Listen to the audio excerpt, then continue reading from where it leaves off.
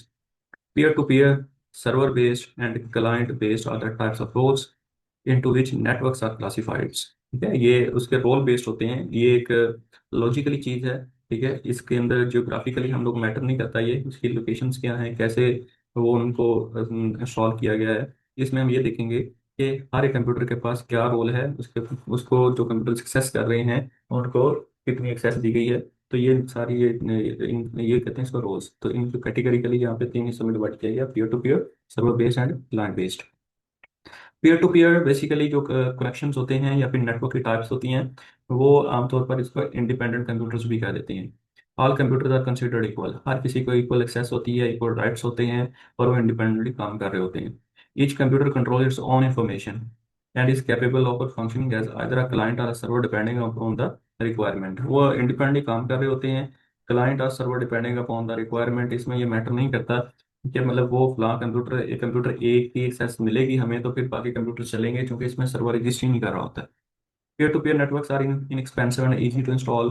ठीक है, क्योंकि इसमें सर्वर नहीं होते, इसमें कॉन्फ़िगरेशन की जो कॉस्ट है हमारी वो बहुत लो होती है, क्योंकि इसमें एक ऐसा आर्किटेक्चर नहीं होता है कि जिसमें एक सर्वर, क्योंकि सर्वर एक ऐसा कंप्यूटर होता है कि जो हाई कैपेबिलिटी या फिर उसकी यूँ कह लें हाई स्पेसिफिकेशंस का एक कंप्यूटर होता है।